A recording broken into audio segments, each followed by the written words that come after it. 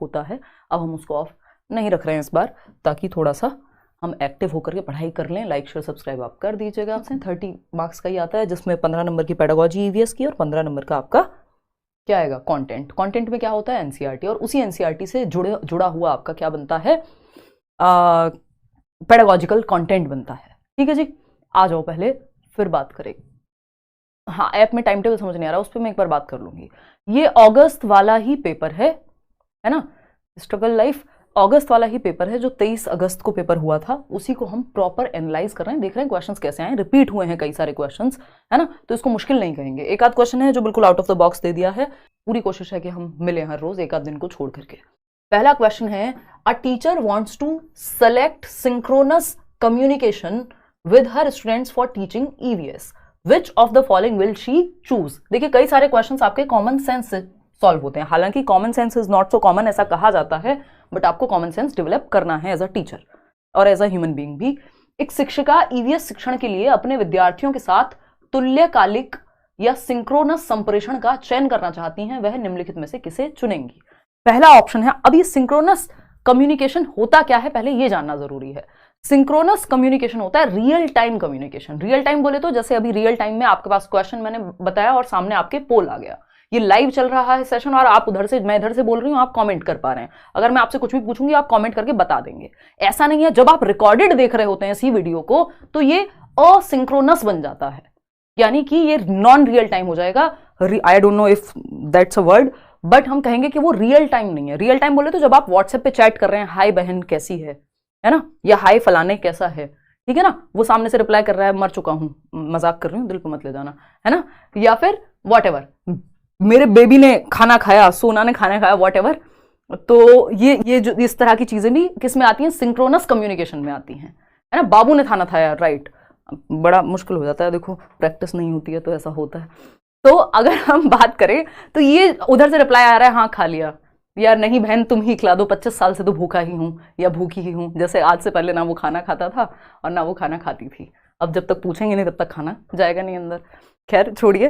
तो कुल मिलाकर के बात ये है कि सिंक्रोनस कम्युनिकेशन है जब आप रियल टाइम में, आपको दिख रहा है कि आपने मैसेज किया, सामने वाला टाइप करते हुए नजर आ रहा है आपको, मतलब रियल टाइम कम्युनिकेशन है। अगर यही ऐसा हो कि आप गैप देकर के, जैसे टेक्स्ट मैसेज में कुछ हद तक आपको, हालांकि टेक्स्ट मैसेज भी जो है वो सिंक्रोनस में ही आता है, बट अगर एग्जांपल लेते हैं मेल का, तो ईमेल में जरूरी नहीं है कि आपको पता नहीं लगेगा सामने वाले ने कब देखा, देख भी लिया या नहीं देखा, और वो कब रिप्लाई करेगा, वो बीच में पॉज ले सकता है, ठीक है ना।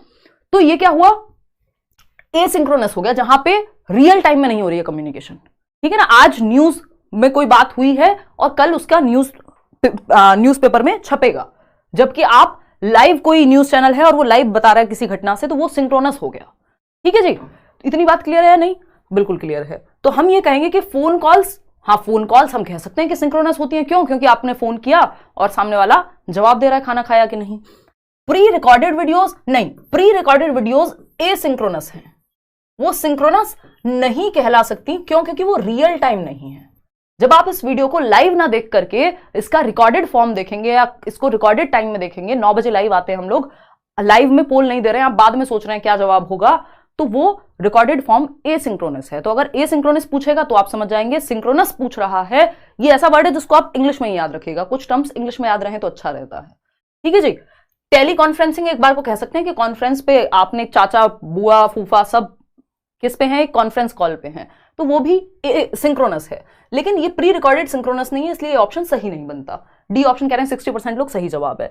ईमेल एसिंक्रोनस है, क्योंकि वहां रियल टाइम में पता नहीं लगेगा कि तुरंत से रिप्लाई आएगा या नहीं, इंसान पॉज लेकर के भी जवाब दे सकता है। Social media post, again post है, लाइव होता, एक कोई कॉन्फ्रेंस हो रही होती तो वो सिंक्रोनस हो जाता। फोन कॉल सिंक्रोनस होती है, नो डाउट। फिर आते हैं थर्ड ऑप्शन पे, इंस्टेंट मैसेजिंग। इंस्टेंट मैसेजिंग जैसे कि आपकी ऑर्कुट पे हुआ करती थी एक टाइम पे मैसेज कौन सा होता है, ये फेसबुक मैसेंजर पे करते थे लोग, अभी भी करते होंगे। जीमेल पे भी एक चैट का ऑप्शन आता है ना, और आई मैसेज या आपका व्हाट्सएप है, वी चैट, और पता नहीं कितने तरह के जो है आपके चाइनीज से लेके और अलग अलग मैन्युफैक्चरर्स या डेवलपर्स जो है आप लाते हैं, जहां पे आप इंस्टेंट मैसेजिंग कर सकते हैं। सबसे ज्यादा हम व्हाट्सएप यूज करते हैं आज की डेट में, या टेलीग्राम हो गया, वो भी इंस्टेंट मैसेजिंग ऐप है। ब्लॉग्स तो आप लिख करके छोड़ देते हैं, जरूरी नहीं है वो रियल टाइम में जो है सामने वाला उस पर रिप्लाई कर रहा हो। टेली कॉन्फ्रेंसिंग है, तो इसमें जब तीनों ऑप्शन मैच करेंगे तब बात बनेगी, क्योंकि ब्लॉग्स जो है वो सिंक्रोनस नहीं है, इसलिए ऑप्शन हट गया। ठीक, डी ऑप्शन एकमात्र सही उत्तर है, बिल्कुल सही जवाब है आपका। क्यों है उस पर समझते हैं। देखिए वीडियो कॉन्फ्रेंसिंग, जब आप जूम मीटिंग कर रहे हैं, कोरोना आया था सबने जूम मीटिंग की है, या आप माइक्रोसॉफ्ट टीम यूज कर रहे हैं, या आप जूम का यूज कर रहे हैं, या फिर आप फेस टाइम यूज कर रहे हैं, या व्हाट्सएप पे वीडियो कॉल कर रहे हैं, तो ये सब क्या है, रियल टाइम है। उसी समय आप बोल रहे हैं, उसी समय सामने वाला देख पा रहा है, ठीक है ना। ऑनलाइन चैट सेशंस का भी सेम है कि आप टाइप कर रहे हैं, अगले वाले को पता लग रहा है, तुरंत विद इन सेकेंड्स या तुरंत के तुरंत मैसेज डिलीवर हो जा रहा है। फोन कॉल्स भी सिंक्रोनस होती हैं। तो ये तीनों ऑप्शन सही है, इसलिए डी सही है। बाकी में कोई एक ऑप्शन सही था या एक ऑप्शन गलत था, ठीक है ना। इतनी बात क्लियर है। चलिए आगे बढ़ते हैं। नेक्स्ट क्या है, क्वेश्चन नंबर 2। इसका जवाब दीजिएगा पोल में। क्या है ये, एक सिंक्रोनस कम्युनिकेशन है जो हम लोग के बीच में हो रही है। कई लोग कह रहे हैं हम तो लिख रहे हैं मैसेज लेकिन आप जवाब नहीं देते हो। देखिए ये थोड़ा सा समस्या है, क्योंकि आप लोग ज्यादा संख्या में होते हैं, और फिर अगर डिस्कशन करना है और जवाब दोनों साथ में दिए जाएंगे तो मुश्किल हो जाएगी। बात ठीक है नहीं। देखिए अभी मैं फिर से एसी ऑन करूंगी, अब फिर से कोई पूछेगा। लास्ट क्लास में शाम वाली में भी कोई पूछ रहा था कि अभी भी दीदी आप एसी यूज करते हो, मजबूरी कहते हैं उसको, है ना। क्यों, क्योंकि इतनी सारी लाइट्स हैं यहाँ कि अभी सर्दियों वाले कपड़े पहने नहीं है, फिर भी गर्मी लग जाती है बहुत ज्यादा। ठीक, चलिए आते हैं। बताइएगा, एक बार जवाब दीजिएगा। बहुत ही खराब जोक्स मेरे दिमाग में आते रहते हैं, मैं थोड़ी सी शैतान बच्ची हूँ, मैं फिर कंट्रोल कर लेती हूँ। देखिएगा क्वेश्चन नंबर 2 देखिए। If theme travel railway station depicts utilization of a community resource in EVS, which of the following will complete the theme food? मतलब भाई कम्युनिटी रिसोर्स नाम का एक टॉपिक है आपके सिलेबस में। कम्युनिटी रिसोर्स क्या होता है भाई? कम्युनिटी रिसोर्स होते हैं जो हम सामुदायिक संसाधन, यानी समुदाय से जिन संसाधनों का प्रयोग करके हम कोई चीज सिखा रहे हैं ईवीएस में।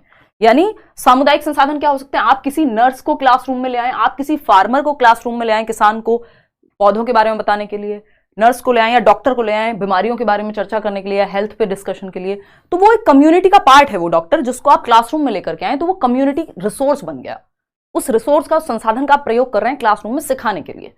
अब लेकिन यहां पूछा क्या है, इन्होंने कहा है यदि रेलवे स्टेशन जो है 6 थीम्स हैं आपके ईवीएस में, याद है ना, food, water, shelter, travel, things we make and do, याद है ना, फैमिली, फ्रेंड्स, ये 6 थीम्स हैं। तो ट्रेवल जो थीम है, यदि उसके कॉन्टेक्स्ट में, यदि थीम यात्रा रेलवे स्टेशन दिखाया गया है थीम यात्रा के तहत, यानी कोई जगह है, कोई स्थान है, ठीक है ना, अगर कोई स्थान है, ठीक।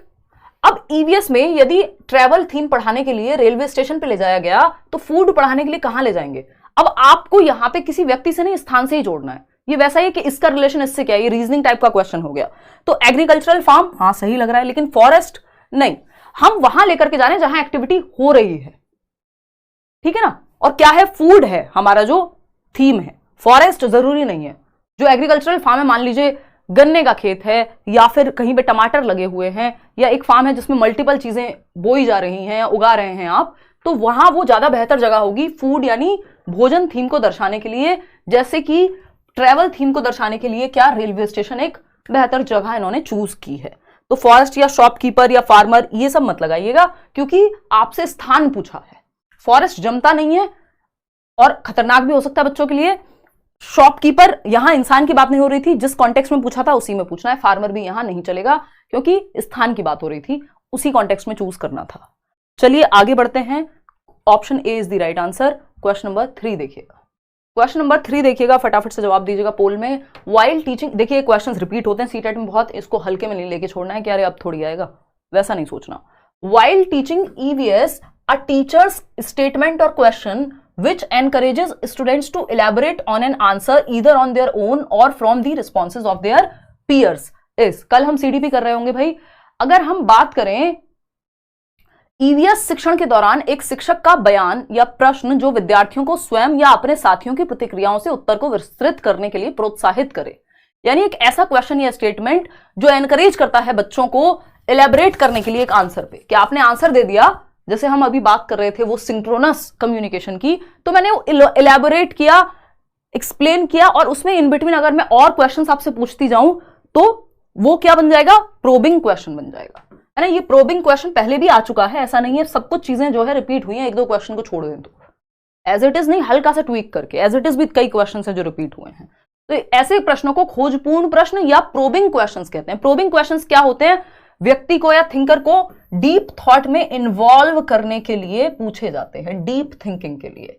प्रोबिंग ऐसा है जैसे आप खोज करने निकले हो या खुदाई करने निकले हो, है ना, मतलब डिग अप कर रहे हैं आप उसको और खोद करके देख रहे हैं, उसके जड़ों में जाने की कोशिश कर रहे हैं, किसके? एक टॉपिक के, एक थीम के, what ever the thing is. तो हम यहां पे बात कर लेंगे, अच्छा पानी नहीं होगा तो क्या होगा? एक बच्चे ने बताया जी हम तो प्यासे रह जाएंगे, दूसरा बच्चा बता रहा है कि हम तो कार नहीं धुल पाएंगे जिसमें हम पानी वेस्ट करते हैं, तीसरा बच्चा कुछ और बता रहा है ना। फिर आप कहेंगे अच्छा तो पानी को बचाने के लिए क्या करना चाहिए, इसके क्या कॉन्सिक्वेंसेस हो सकते हैं। एक क्वेश्चन से दूसरा क्वेश्चन, दूसरे से तीसरा क्वेश्चन, आप डीप में जाने के लिए मल्टीपल क्वेश्चंस पूछते हैं, उन्हीं को प्रोबिंग क्वेश्चंस कहते हैं। बात सही है या नहीं है ये बता दो, बस बताओ भाई। यहां से कोई बफरिंग नहीं है, एक बार रिफ्रेश करके चला लो। आप डेली क्लास नहीं लेते हो, राधा दुबे कह रही हैं। राधा आप डेली करेंगे यार क्लास, है ना, थोड़ा सा दिक्कत आ रही है बट डेली करेंगे, अब कोई दिक्कत नहीं है। इवन सैटरडे संडे भी मैं इसीलिए ले रही हूँ क्योंकि बीच में ब्रेक आ गया था, देखिएगा, नहीं तो सैटरडे संडे ऑफ रखते हैं। तो ये प्रोबिंग क्वेश्चंस होते हैं जो इलैबोरेट करने के लिए एक आंसर पे या उसमें और डीप में जाने के लिए पूछे जाते हैं। कंडीशनिंग, ट्रायल एंड एरर, चेनिंग का यहां कोई ताल्लुक नहीं है। क्वेश्चन नंबर 4 देखिएगा फटाफट से। क्वेश्चन नंबर 4 क्या कहता है भाई? ये कहता है Anita prepares a unit plan. Unit plan से भी पहले भी क्वेश्चन आ चुके हैं। Anita prepares a unit plan to teach the theme family. 6 themes हैं, अगेन याद रखना है कितनी थीम बेस्ड टीचिंग होती है ईवीएस में, 6 थीम्स हैं टोटल, 6 थीम है। Which of the following will be the title of her unit plan. Anita prepare कर रही हैं एक यूनिट प्लान फैमिली टॉपिक पढ़ाने के लिए, तो उनका जो है टाइटल क्या होगा? फैमिली टॉपिक, फैमिली थीम पे बात करने के लिए। देखिए एक यूनिट प्लान में मल्टीपल टॉपिक्स हो सकते हैं। एक यूनिट प्लान 1 महीने के लिए या थोड़े समय के लिए, मल्टीपल मंथ्स के लिए भी बनाया जा सकता है जिसमें मल्टीपल टॉपिक्स होंगे। यूनिट मतलब एक बड़ी यूनिट और उसमें कुछ टॉपिक्स होंगे, उसमें कुछ चैप्टर्स होंगे, ठीक है ना, एक थीम के अराउंड।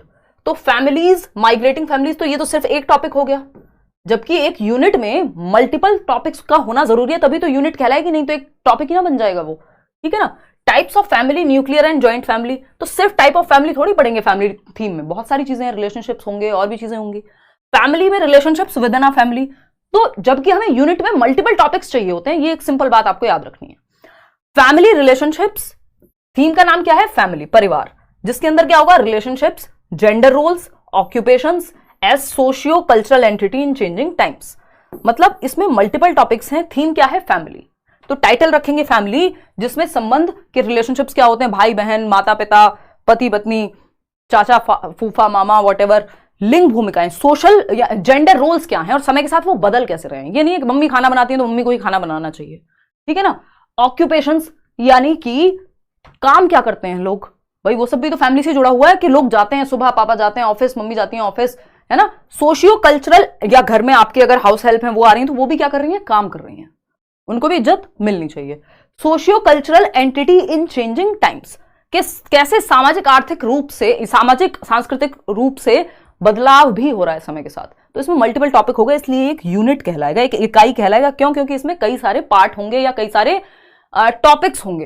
टॉपिक को क्या कहते हैं हिंदी में? कोई बात नहीं, होता है। हाँ बताओ, याद है? कोई बात नहीं, तुम्हारे 2 नंबर काटेंगे।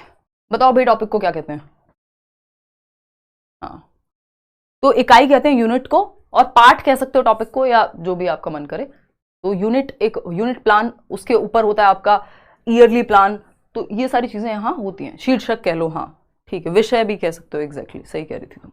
चलिए आ जाइए, खैर क्वेश्चन नंबर 5 पे चलते हैं और जवाब दीजिएगा पोल में। Miss Sheetal likes to use stories and poems in primary classes. एक मिस शीतल नाम की अध्यापिका हैं जो कहानियां और कविताएं सुनाती हैं अपनी कक्षा में। प्राइमरी क्लासेस यानी 1st to 5th क्लासेस की बात हो रही है।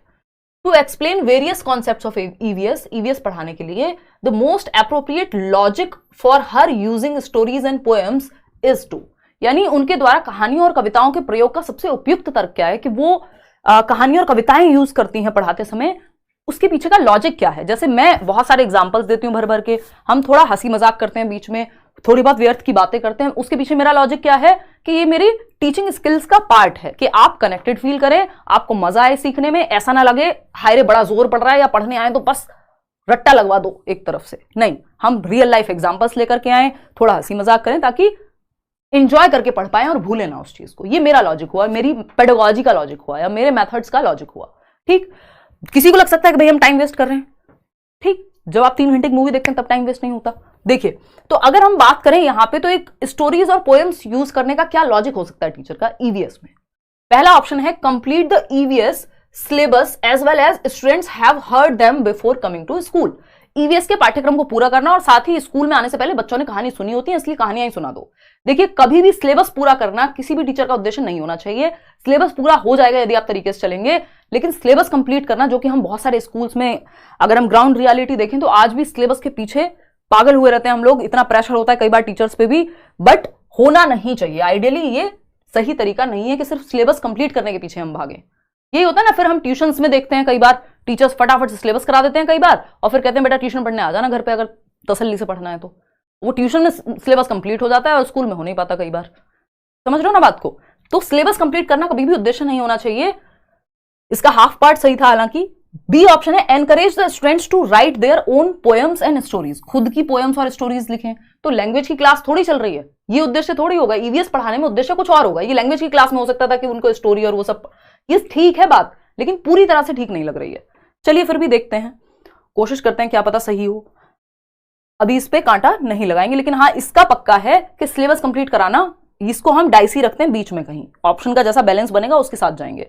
Make the students aware of diversity in language and culture. चलो ये बात भी ठीक है, अपनी संस्कृति के बारे में जानेंगे पोएम्स से, स्टोरीज से, और लैंग्वेज के बारे में जानेंगे। जैसे आपने दादी नानी की कहानियां सुनी होंगी और उससे आपकी भाषा भी बेहतर होती है स्टोरी टेलिंग से, या स्टोरी का जो फॉर्मेट है पूरा। Make the lessons more interactive, enjoyable and interesting. बिल्कुल सही बात है। तो हम ये कह सकते हैं, बी ऑप्शन क्या था, encourage the students to write their own poems and stories. हाँ, इसमें कोई दिक्कत नहीं है, मतलब ये ठीक ही है। हालांकि हम इसको हटा देते अगर सिर्फ एक ऑप्शन चूज करना होता, लेकिन हम मल्टीपल ऑप्शंस यहां चूज कर सकते हैं। ठीक है ना? तो फर्स्ट तो नहीं होगा क्योंकि सिर्फ पाठ्यक्रम पूरा करना उद्देश्य नहीं हो सकता, लेकिन बाकी तीनों को हम सिरे से नहीं नकार सकते, और तीनों का ऑप्शन हमारे पास है तो हम इसके साथ चले जाएंगे। बीसीडी, बीसीडी कहां बन रहा है आपका? सी ऑप्शन में, तो हम सी के साथ जाएंगे। हाँ ठीक है, हम एनकरेज कर सकते हैं बच्चे अपने किस्से कहानियां लिखें, वो उनके ट्रैवल के किस्से हो सकते हैं, उनके परिवार के किस्से हो सकते हैं, तो कहीं ना कहीं ईवीएस भी वहां इंक्लूड हो जाएगा।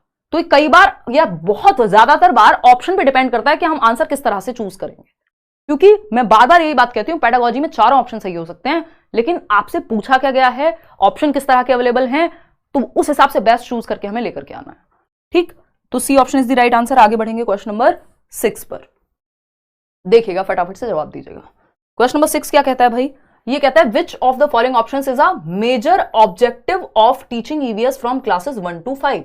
यानी निम्नलिखित में से कौन सा विकल्प कक्षा 1 से 5 तक ईवीएस पढ़ाने का एक मुख्य उद्देश्य है। यानी ईवीएस पढ़ाने के पीछे का मेन ऑब्जेक्टिव। किसी भी सब्जेक्ट को पढ़ाने से पहले आपने कभी लेसन प्लानिंग की होगी, जो पाठ योजना बनाते हैं आप अपनी teaching training, BEd, BTC, DElEd, जो भी आपके डीएड जितने भी कोर्सेज हैं सब में लेसन प्लानिंग होती है, पाठ योजना बनाई जाती है। उसमें आप जनरल ऑब्जेक्टिव्स लिखते हैं कि ये सामान्य उद्देश्य होंगे इस सिलेबस से रिलेटेड, स्पेसिफिक ऑब्जेक्टिव्स होंगे विशिष्ट उद्देश्य इस टॉपिक से रिलेटेड। तो उद्देश्य जरूर परिभाषित होते हैं पहले से ही कि हम किसी चैप्टर को या किसी सब्जेक्ट को पढ़ रहे हैं या कोई भी काम हम कर रहे हैं तो कर क्यों रहे हैं, उसके पीछे का उद्देश्य क्या है। जैसे मैं और आप अभी जुड़े हुए हैं, उद्देश्य है ना पेपर के लिए पढ़ाई कर रहे हैं और जीवन के लिए भी थोड़ा सा सीख ले रहे हैं। ठीक है ना?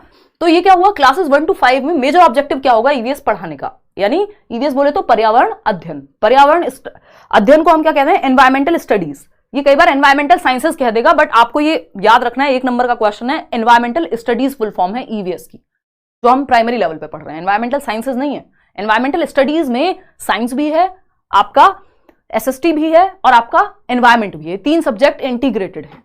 ठीक है, तो ये एक्स्ट्रा बातें जो मैं आपको बताते चलूंगी। डी ऑप्शन 74% लोग कह रहे हैं, फटाफट से देखते हैं। Major objective acquiring skills to carry out hands on activities independently, चलो ठीक है। Preparing students for studying science at the middle level, चलो कुछ हद तक मान भी लेते हैं, वैसे ये उद्देश्य होता नहीं है बट मान लेते हैं। मेजर ऑब्जेक्टिव पूछा है। Developing in depth understanding of the basic concepts of the subject, चलो मान लिया, अब तीनों ठीक हो गए ऐसे तो। फोर्थ क्या है, helping learners link classroom learning to life outside the school. अब हमें पता है जो नेशनल करिकुलम फ्रेमवर्क 2005 है, 2005 है, राष्ट्रीय पाठ्यचर्या की रूपरेखा 2005 या नई एजुकेशन पॉलिसी जो है, वो सब क्या कहते हैं, नेशनल एजुकेशन पॉलिसी जो राष्ट्रीय शिक्षा नीति 2020 की भी अगर हम बात कर रहे हैं, तो ये सब क्या कहते हैं, ये कहते हैं कि बच्चे के स्कूली ज्ञान को आप बाहर के जीवन से जोड़ दीजिए। इससे बेहतर कुछ और नहीं हो सकता। सबसे ज्यादा एक्टिव बच्चा कहां है, डी ऑप्शन में है, बस तो वही सही हो गया। बेशक तीनों अच्छे थे, लेकिन आपको तो अपने लिए बेस्ट चुनना है, ठीक है ना। क्लियर है बात। आप जाते हैं एक रबर बैंड भी खरीदने जाएंगे आप, तो आप बेस्ट चूज करके लाते हैं अपने लिए। 5 रबर बैंड हो सकती है वहां स्टोर में और आपको पांचों अच्छी लग रही है, या मान लीजिए घड़ी लेने आप गए थे और एक वॉच भी आप बेस्ट चूज करके लाते हैं अपने अनुसार, लेकिन यहां आपको थोड़ा सा बच्चे के अनुसार बेस्ट चूज करना है। तो बच्चे के अनुसार बेस्ट क्या है, डी ऑप्शन। कि आप बच्चे को उसके क्लासरूम के ज्ञान को बाहर के जीवन से जोड़ रहे हैं, जो कि एनसीएफ कब से कह रहा है। तो सबसे ज्यादा एक्टिव बच्चा डी ऑप्शन में होगा, इसलिए डी ऑप्शन सही है। आगे बढ़ेंगे क्वेश्चन नंबर 7 में। देखिएगा एक बार क्वेश्चन नंबर 7 क्या कहता है, फटाफट से जवाब देंगे पोल में। क्वेश्चन नंबर 7 है, an EVS teacher demonstrates an experiment in class in which an egg sinks in a tumbler with water but floats upon adding salt to the water. Which of the following is the most appropriate explanation she can give to students inquiry? मतलब क्या हुआ भाई, एक EVS की कक्षा में एक प्रयोग प्रदर्शित करती है टीचर, जिसमें एक अंडा पानी के ग्लास में डूब जाता है। इस तरह का क्वेश्चन पहले भी आया हुआ है, बस उसी में थोड़ी सी लैंग्वेज चेंज हुई है। इतने क्वेश्चन रिपीट होते हैं जिसमें एक अंडा पानी के ग्लास में डूब जाता है, लेकिन पानी में जब आप नमक मिलाते हैं तो वो तैरने लगता है। कौन, अंडा, चूजा नहीं उसके अंदर का निकल के, ठीक है। तो अगर हम बात करें विद्यार्थियों की पूछताछ के लिए वह निम्नलिखित में से कौन सी सबसे उपयुक्त व्याख्या दे सकती है। अब टीचर इसका एक्सप्लेनेशन कैसे दे कि जो अंडा है वो नॉर्मल पानी में डूब गया, लेकिन जब नमक ऐड किया पानी में तो अंडा तैरने लग गया।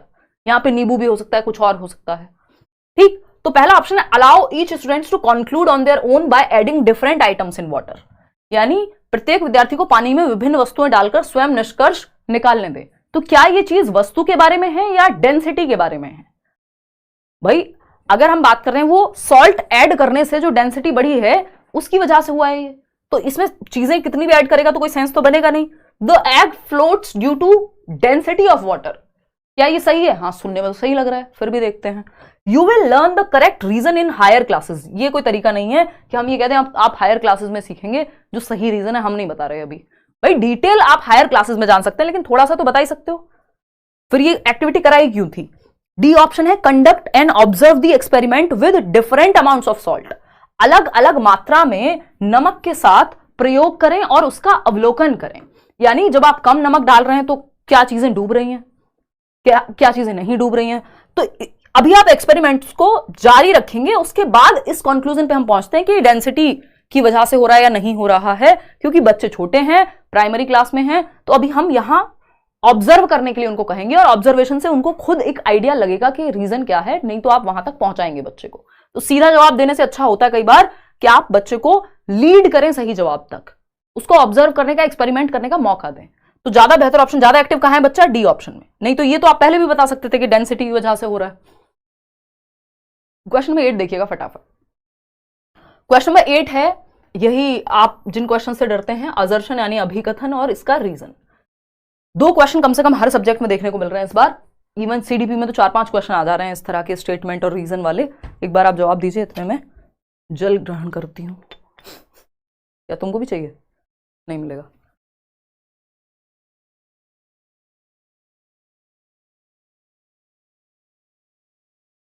कोई कह रहा है बफरिंग में परेशान कर रखा है यार, शायद शुरुआत में लगता होगा बट उसके बाद नहीं होनी चाहिए। ये पता नहीं, सिस्टम भी चेंज करा दिया मैंने लास्ट सीटेट से, पता नहीं क्या कहें इसको, नजर कहें किसी की, क्या कहें, ये थोड़ी दिक्कत होने लगी है। लेकिन जिनका इंटरनेट में प्रॉब्लम है उनको ज़्यादा लगता है। ये यहाँ से नहीं हो रही ना, चल रहा है ठीक नहीं है ना, हाँ फिर ठीक है।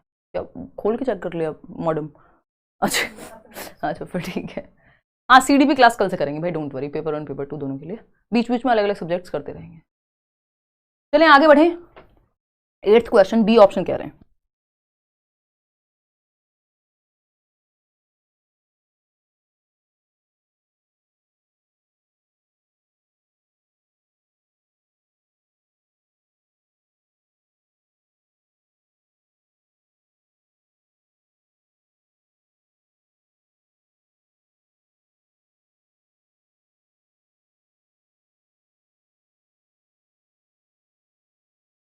देखिएगा एक बार, हाँ इंग्लिश भी करेंगे, अलग अलग सब्जेक्ट करते रहेंगे, डोंट वरी। अगर हम बात करें यहाँ पे तो स्टेटमेंट क्या है, learning of EVS needs to be oriented to process skills relating to observation, identification, classification etcetera. मतलब ईवीएस को सीखने को लेकर के अवलोकन, पहचान, वर्गीकरण आदि से संबंधित प्रक्रिया कौशल के लिए उन्मुख होने की आवश्यकता है। देखिए प्रोसेस स्किल्स होती है लगभग, ये भी हर साल हम डिस्कस करते हैं। प्रोसेस स्किल्स वो स्किल्स कहलाती हैं जो बच्चे को सोचने पे, ऑब्जर्व करने पे मजबूर करती हैं, है ना। इसमें कई सारी स्किल्स हो सकते हैं कि बच्चों को एक्सपेरिमेंट दिया, ऑब्जर्व कर रहा है वो, जैसे हम अभी वो नींबू या अंडे वाला एग्जांपल था। एनालाइज करना एक प्रोसेस स्किल का हिस्सा हो सकता है। कैटेगराइज करना, क्लासिफाई करना, एनालाइज करना, इन्फर करना, अनुमान लगाना, ये सब प्रोसेस स्किल्स हैं जिनमें बच्चा सोचने पे मजबूर होता है। इसका रीजन क्या है, इनका इस्तेमाल किया जाना चाहिए, यस किया जाना चाहिए, सही बात है। रीजन क्या दिया है, थ्रू एक्वायरिंग वेरियस प्रोसेस। इस तरह के क्वेश्चन सबसे पहले ये देखना है क्या ये बात स्टेटमेंट सही है, हाँ जी सही है, नहीं होता तो आगे की बात तो खत्म ही हो जाती। तो अगर सही है तो उसके बाद अब हम देखेंगे क्या इसका रीजन सही है, क्या दोनों सही है और एक दूसरे के लिए सही है, ठीक है ना। तो रीजन क्या है, through acquiring various process skills the learning outcomes of EVS learning are expected to be achieved. यानी विभिन्न प्रक्रिया कौशल प्राप्त करने के माध्यम से ईवीएस के सीखने के परिणामों को हासिल करने की संभावना होती है। यानी अगर हम प्रोसेस स्किल्स एक्वायर कराएंगे बच्चों को कि वो खुद से ऑब्जर्व करना सीख जाएं, आइडेंटिफाई करना सीख जाएं, क्लासिफाई करना सीख जाएं, चीजों के बीच में अंतर पता करना सीख जाएं, एनालाइज करना सीख जाएं, अनुमान लगाना सीख जाएं, तो क्या होगा, लर्निंग आउटकम बेहतर होगा, उनका सीखने का जो रिजल्ट है वो अच्छा होगा, वो बेहतर सीख पाएंगे। रिजल्ट मतलब वो नंबर वाला रिजल्ट नहीं, उनकी लर्निंग बेहतर होगी, ठीक है ना। Of EVS learning and are expected to be achieved, सही बात है, दोनों बात सही है। देखिए ये अपने आप में सही था कि ईवीएस में प्रोसेस स्किल्स को सिखाया जाना चाहिए, रीजन एकदम सही दिया गया है कि इसलिए सिखाया जाना चाहिए क्योंकि वो बेहतर आउटकम लेकर के आएंगे, बेहतर तरीके से सीख पाएंगे। दोनों बातें सही है, रीजन भी सही है। तो both A and R are is correct, R are true and R is the correct explanation. अगर ऐसा होता बी सही नहीं होता है, आर सही नहीं होता, तो हम चले जाते कि आर सही नहीं है। दोनों सही है, दोनों एक दूसरे के लिए भी सही है। क्वेश्चन नंबर 9 देखिएगा फटाफट से। क्वेश्चन नंबर 9 क्या कहता है भाई, क्वेश्चन नंबर 9 कहता है एन ईवीएस टीचर शुड ले emphasis on dash while preparing question paper for summative assessment। एक एफए होता है, दूसरा एसए होता है, ठीक है ना। एसए क्या है, समेटिव असेसमेंट। समेटिव असेसमेंट यानी योगात्मक मूल्यांकन जो जजमेंट के लिए होता है, जैसे हाफ ईयरली एग्जाम, जैसे आपका ईयरली एग्जाम। वही फॉर्मेटिव असेसमेंट होते हैं जो क्लास टेस्ट हो गया, जिसमें एक्टिविटी बेस्ड चीजें ज्यादा होती हैं, है ना। तो यहां पे पूछा जा रहा है कि किस चीज पे फोकस किया जाए समेटिव एग्जाम लेते समय। ये असेसमेंट ऑफ लर्निंग का हिस्सा होता है। Length and objectives of the question paper, चलो ठीक है। Content coverage and objectives of the question paper, बात बराबर सी हो गई। Total marks and content coverage of the question paper, length and total marks of the question paper. अब आप इसको देखिए, समझिए। देखिए सबसे बेहतर है यहां पे content coverage and objectives of the question paper. यानी आपका जो प्रश्न पत्र है, आप देखेंगे ईयरली हाफ ईयरली में लगभग सारे ही कंटेंट्स कंप्लीट हो रहे होते हैं। एक बड़ा सिलेबस आ रहा होता है कि एक तो सारा जो भी जितने भी चैप्टर से पूछा जा रहा है वो सब कवर हो रहे हो, एटलीस्ट हर एक चैप्टर से एक क्वेश्चन हो, है ना। और थॉरोली, जिससे पता लगाया जा सके कि बच्चे ने सारे चैप्टर्स या सिलेबस को अच्छे से जाना है कि नहीं। तो content coverage and objectives of the question paper. Question paper का उद्देश्य क्या है, हम जानना क्या चाह रहे हैं बच्चे से, इस चीज को ध्यान में रख करके, और कंटेंट कवरेज हो रही है या नहीं हो रही है, जो भी पढ़ाया गया है वो ठीक से जांच पा रहे हैं या नहीं जांच पा रहे हैं। इसमें मार्क्स अपने आप आ जाएंगे, लेंथ फर्क नहीं पड़ता। तो सबसे काम का जो ऑप्शन है वो बी ऑप्शन है, जो बाकियों को अपने अंदर समाहित कर लेता है। क्वेश्चन नंबर 10 देखिएगा फटाफट से। क्वेश्चन नंबर 10 क्या कहता है भाई, जवाब दीजिएगा। क्वेश्चन नंबर 10 कहता है which of the following is not a learning outcome in EVS for students of class 3। अच्छा, इससे पहले मुझे आपको 2-3 चीजें बतानी है। ये तो खैर आप करियरविल से बैच में एनरोल हो सकते हैं, करियरविल ऐप डाउनलोड करके सीटेट के बैचेस में। इसके अलावा अगर मैं कहूँ आपको, एक तो एसए पे हम बात करेंगे, समेटिव असेसमेंट, फॉर्मेटिव क्या होता है, ये भी एक और क्वेश्चन आएगा आगे आई बिलीव, तब हम इसको डिस्कस करेंगे। और दूसरा, शुरुआत में हमें थीम्स की बात करनी है, तो अभी हम क्वेश्चन छोड़ के थीम्स पे आ जाते हैं। पहले 6 थीम्स होती हैं ईवीएस में, ये कई बार क्वेश्चन आ चुका है शुरुआत से अब तक। कितनी total themes, topic based study नहीं करते हम ईवीएस में, थीम्स बेस्ड स्टडी करते हैं। थीम क्या है, एक थीम में कई सारे टॉपिक्स आ जाते हैं। टोटल थीम्स कितनी है, 6।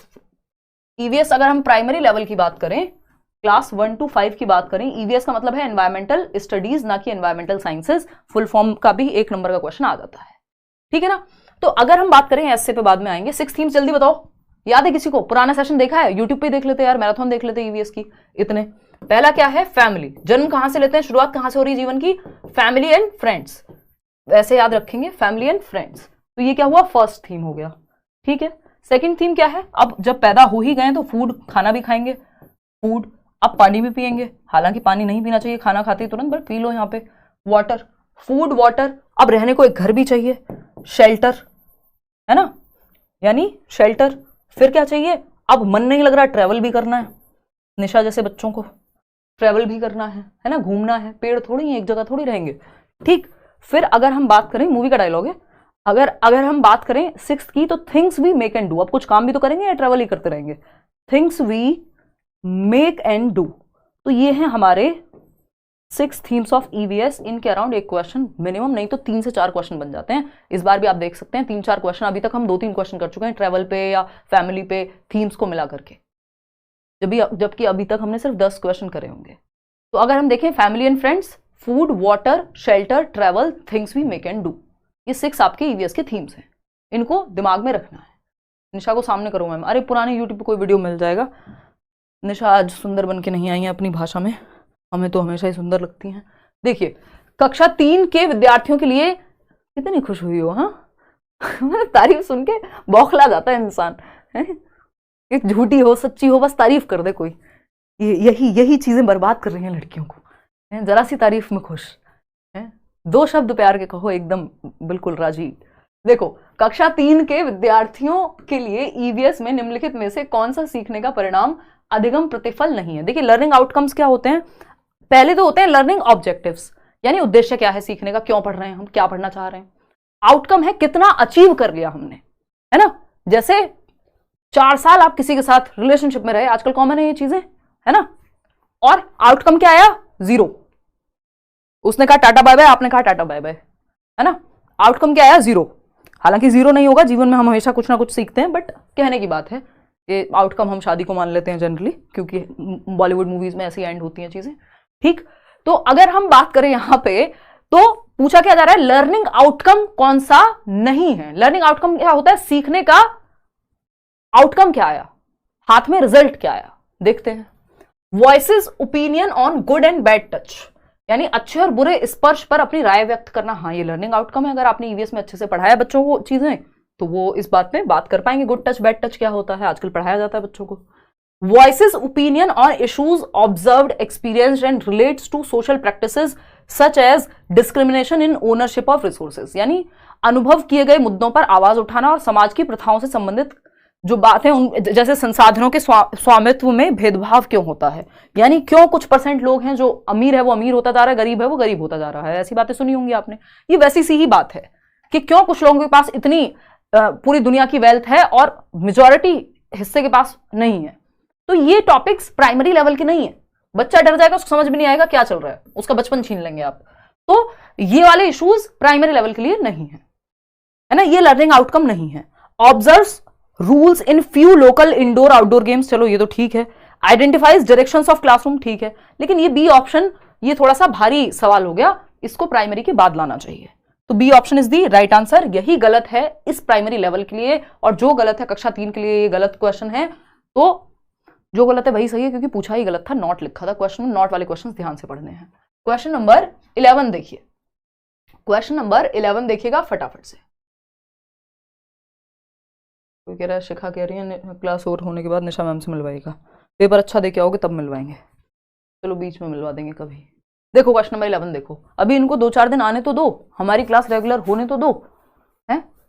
देखिए क्वेश्चन नंबर 11 है, you have to select EVS text books for your students of classes 3 to 5, which of the following criteria is most appropriate for this purpose. आपको कक्षा 3 से 5 तक के अपने विद्यार्थियों के लिए ईवीएस पाठ्यपुस्तक का चयन करना है, यानी टेक्स्ट बुक चूज करते समय। ये मैंने मैराथन सेशंस में भी, ईवीएस पे भी, अगर आपने मेरे यूट्यूब पे सेशंस देखे होंगे, नोट्स में भी, अगर जो मैंने आपको फ्री नोट्स दिए हुए हैं, टेलीग्राम से डाउनलोड कर लेना, या नीचे लिंक होगा वहां से डाउनलोड कर लेना, वो सभी के लिए फ्री है, चाहे आप बैच में हो नहीं हो, 5 सब्जेक्ट के नोट्स हैं।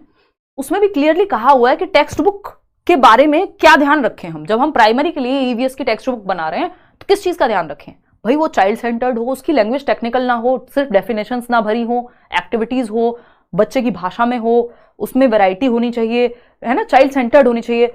इस तरह की आपकी बातें हैं जो ध्यान में रखी जानी चाहिए। Pictures in the book should B big and colourful. कक्षा 3 से 5 की बात हो रही है, कक्षा 1 और 2 की बात होती तो ये बात हम मान लेते, यहां भी हम मान लेंगे कुछ हद तक, बट सिर्फ पिक्चर्स बड़ी बड़ी हों ये मुद्दा नहीं हो सकता। तो ये कंप्लीट नहीं लग रहा, फिर भी बाकी ऑप्शन देखेंगे, क्या पता इससे बेहतर हो, नहीं हुए तो इसके साथ चले जाएंगे। The language should be simple and according to the mental level of students, चलो ये भी बात सही है, ये भी हमें सही लग रही है। थर्ड ऑप्शन पे जाते हैं, the text book should be illustrated and appealing to students, पाठ्य पुस्तक को सचित्र होना चाहिए और विद्यार्थियों को आकर्षक लगनी चाहिए, चलो ये बात भी ठीक है। लेकिन ये तीनों ऑप्शन ना ऐसे लग रहे हैं जैसे हम कक्षा 1 और 2 की बात कर रहे हो, हालांकि बी ऑप्शन फिर भी ज्यादा सही है। चलिए डी और पढ़ लेते हैं। The text book should be child oriented and devoid of any stereotypes और derogatory attitudes based on gender, caste, class and religion. ये बात एकदम परफेक्ट है और ये ऑप्शन अपने आप में बाकी ऑप्शन से ज्यादा बेहतर है, बाकी ऑप्शन को अपने अंदर समाहित कर लेता है। पाठ्य पुस्तक बाल उन्मुख होनी चाहिए, यानी बच्चे पे केंद्रित होनी चाहिए, उसके जीवन, उसकी भाषा शैली, है ना, उसके आसपास का माहौल, तथा लिंग, जाति, वर्ग और धर्म के आधार पर किसी भी रूढ़िवादिता या अपमानजनक व्यवहार से रहित होनी चाहिए। ऐसा ना हो कि बुक में लिखा हो 2 आदमी मिलकर जिस काम को 1 दिन में करते हैं उसी काम को 4 औरतें मिलकर 2 दिन में कर पाती हैं। क्या हुआ ये हम दर्शा रहे हैं कि औरतें जो हैं वीक हो गई, किससे, मेन से या पुरुषों से। तो अगर हम बात कर रहे हैं महिला और पुरुष की, तो इस तरह की, ये तो एक एग्जाम्पल है, रूढ़िबद्धता को हमें नहीं लेके आना है कि आप अपनी टेक्स्ट बुक्स में दिखा रहे हैं कि जो मदर हैं या फीमेल हैं घर में वो तो किचन में काम कर रही हैं, एक फोटो है बुक में, और पिताजी हैं वो ऑफिस से सूट बूट पहन के आ रहे हैं, तो बच्चे के दिमाग में यही इमेज बनेगी कि माताजी घर पे काम करती हैं और पिताजी जो है सूट बूट पहन के बाहर से आते हैं। ये स्टीरियोटाइप बन जाएगा, क्योंकि पिताजी के भी हाथ उतना ही काम कर सकते हैं किचन में जितने माताजी के, है ना। तो ये क्या हुआ, स्टीरियोटाइप्स आज के समय में, हालांकि ये चीज बहुत हद तक चेंज हो रही है कि हम बुक्स से ये चीजें हटा रहे हैं। ऐसे और भी सैकड़ों एग्जांपल्स पहले हुआ करते थे या पिक्चर्स से ये चीज दर्शाई जाती थी जिससे जेंडर स्टीरियोटाइप्स को बढ़ावा मिलता था। ठीक है ना, इतनी बात क्लियर है। D option is the right answer, ये ज्यादा बेहतर कॉम्प्रिहेंसिव आंसर है। चलिए थोड़ा सा स्पीड बढ़ा लेते हैं, कई लोग कह रहे हैं। क्वेश्चन नंबर 12 देखिएगा, इसमें असर्शन है एक, यानी स्टेटमेंट है और उसका रीजन पूछा है। At the primary level EVS has themes instead of topics, यही बात हम अभी कर रहे थे कि प्राथमिक स्तर पर ईवीएस में विषयों के बजाय थीम्स हैं, 6 थीम्स हैं जिसमें बहुत सारे टॉपिक्स हैं, है ना, बहुत सारे चैप्टर्स उन थीम्स के अराउंड बने हुए हैं। वही 6 थीम्स हैं, family and friends, food, water, shelter, travel, things we make and do, यही 6 थीम्स हैं, इन्हीं के अराउंड पूरा सिलेबस आपका डिजाइन है। अगर हम प्राइमरी लेवल पे बात करें तो ये बात तो सही है, ट्रू है ना। रीजन क्या दिया है इसका, theme based EVS learning is easy for teachers and students as compare to topics, यानी विषयों की तुलना में थीम आधारित ईवीएस सीखना शिक्षकों और विद्यार्थियों के लिए आसान है। क्या ये बात सही है? आप पूरी तरह से गलत नहीं है, बच्चे आसानी से समझ पाते हैं थीम बेस्ड लर्निंग को, लेकिन ये इसका करेक्ट रीजन नहीं है। उसका रीजन क्या है, मतलब ये एकदम फाइनल रीजन नहीं है। जो मेन रीजन है वो ये है कि बच्चे अपने एनवायरमेंट को इंटरकनेक्टेड फॉर्म में देखते हैं। वो ये नहीं देख रहे हैं कि फैमिली है या फैमिली में जो घर में मान लो पैसे आ रहे हैं और वो उसको यूज कर रहे हैं अलग अलग चीजें खरीदने में, तो वो इकोनॉमिक्स का पार्ट हो गए, है ना। और आपका जो परिवार है, स्नेह है, वो फैमिली का पार्ट हो गए। कोई काम है तो वो वर्क का पार्ट हो गया। नहीं, बच्चा फैमिली को एक यूनिट की तरह देखेगा, ऐसे वो एनवायरमेंट को भी एक यूनिट की तरह देखता है। ये नहीं देखता ये साइंस का पार्ट है, ये ज्योग्राफी का पार्ट है, पेड़ देख लिया तो, है ना। तो वो क्या है, एक इंटरकनेक्टेड फॉर्म में देख पाए बच्चा, इसलिए थीम बेस्ड स्टडी कराई जाती है। वो आसान होती है, ये बात बिल्कुल सही है, लेकिन ये कंप्लीट बात नहीं है। तो हम देखते हैं, ए इज फॉल्स, नहीं फॉल्स तो है ही नहीं। Both A and R are true and R is the correct explanation of A. देखिए करेक्ट नहीं है उतनी हद तक एक्सप्लेनेशन कि हम ये कहते हैं कि ये बिल्कुल करेक्ट एक्सप्लेनेशन है, बट हाँ ये दोनों बातें सही हैं अपने आप में, है ना। अब कई लोग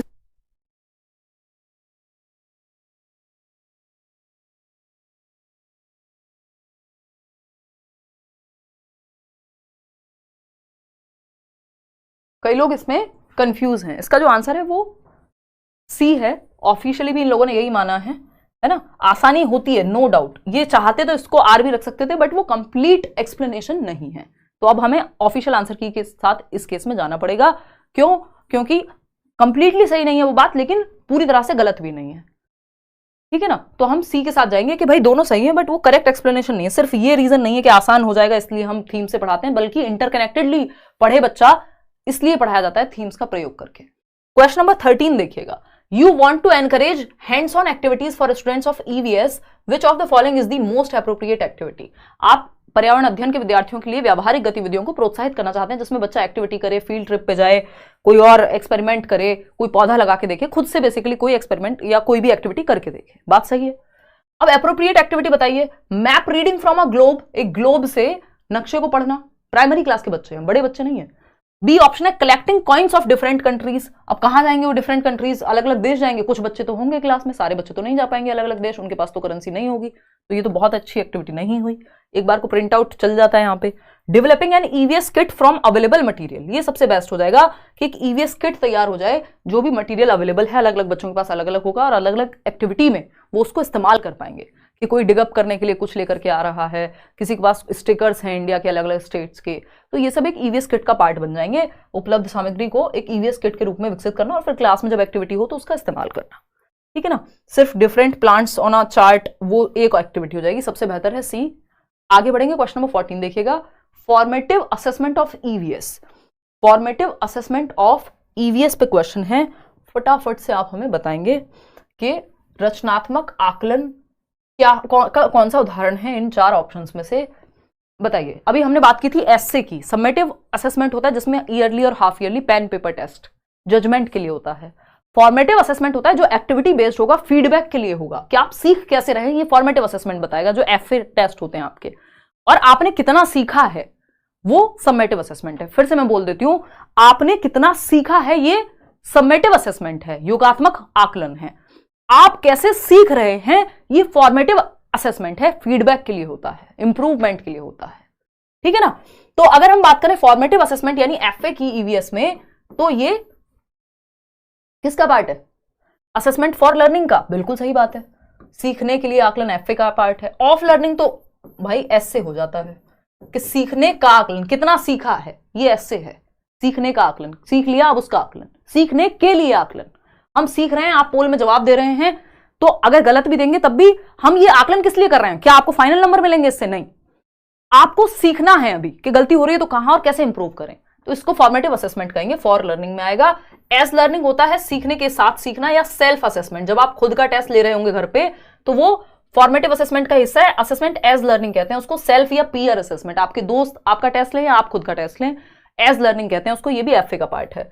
तो ए भी एफए का पार्ट है, सी भी एफए का पार्ट है। अबाउट लर्निंग कुछ होता नहीं है, हम पढ़ते नहीं है, ठीक। जबकि ऑफ जो है वो एसए का पार्ट है। तो ए और सी इज दी राइट आंसर, जो कि सी ऑप्शन में हमें गिवन है, ठीक है।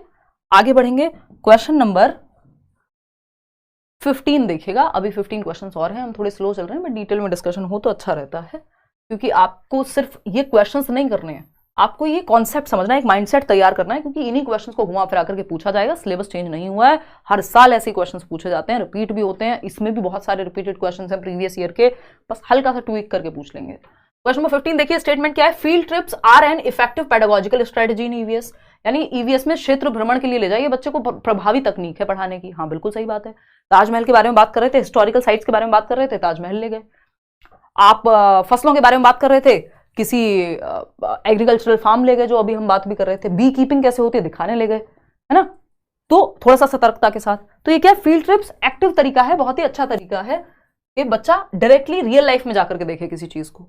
रीजन क्या है इसका, फील्ड ट्रिप के नाम पे अक्षरधाम और दिल्ली दर्शन होता है ना कई स्कूल्स में, जो लोग या बाहर से भी अगर आप हैं, जैसे मैं जब बुलंदशहर भी रहती थी तो स्कूल से ट्रिप जाती है, वो फील्ड ट्रिप के नाम पे ही जाती है, हालांकि उसको कुछ और ही बना दिया जाता है। जैसे जैसे बच्चे बड़े होते जाते हैं तो पूरी मस्ती वहां होती है, और इसलिए कई लोग जाते भी नहीं है, क्योंकि उनको ज्यादा मस्ती नहीं करनी होती है।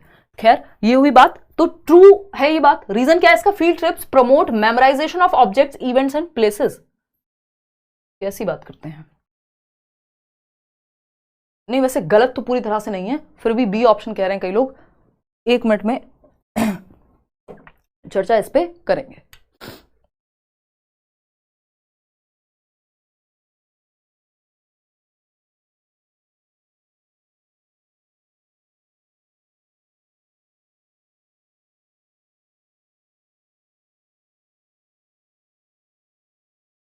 देखिएगा 63% लोग बी कह रहे हैं कि A both A and R are true. देखते हैं, ईवीएस में क्षेत्र भ्रमण प्रभावी शिक्षण शास्त्रीय रणनीति है, बिल्कुल सही बात है ना। क्षेत्र भ्रमण वस्तुओं, घटनाओं और स्थानों की याददाश्त को बढ़ावा देता है।